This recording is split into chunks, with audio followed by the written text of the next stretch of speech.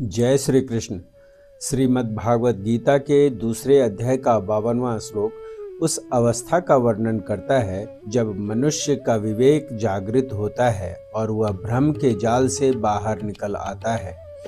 यदा ते मोह कलिलं बुद्धिर्व्यतितरिष्यति तदा गन्तासि निर्वेदं श्रोतव्यश्च श्रुतस्य च। इस श्लोक में श्री कृष्ण अर्जुन को मानसिक स्पष्टता का फल बता रहे हैं। श्री कृष्ण ने यहाँ मोह, अज्ञान या ममता, इसकी तुलना कलिल यानी कीचड़ या दलदल से की है। जैसे दलदल में फंसा व्यक्ति जितना हाथ पांव मारता है उतना ही धंसता जाता है, ठीक वैसे ही मोह में फंसी बुद्धि सांसारिक रिश्तों और स्वार्थों में उलझती जाती है।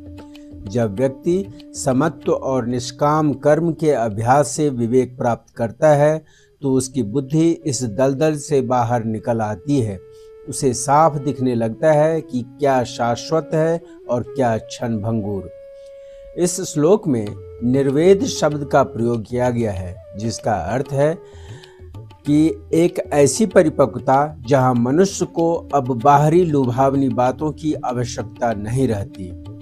जो ज्ञान या सुख हमने अतीत में अनुभव किए हैं और भविष्य में मिलने वाले सुखों या स्वर्ग आदि के बारे में जो बातें हमने सुनी है, ज्ञानी व्यक्ति इन दोनों के प्रति शांत हो जाता है, क्योंकि उसे स्वयं के भीतर ही परम आनंद मिल गया है।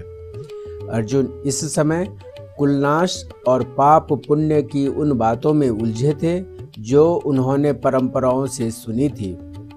श्री कृष्ण कह रहे हैं कि जब तुम्हारी बुद्धि स्थिर होगी तब तुम इन सब मानसिक द्वंद्वों से ऊपर उठ जाओगे।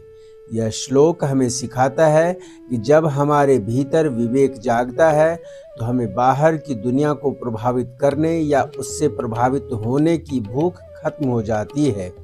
हम सूचनाओं और उपदेशों के ढेर से निकलकर अनुभव के धरातल पर आ जाते हैं। जय श्री कृष्ण।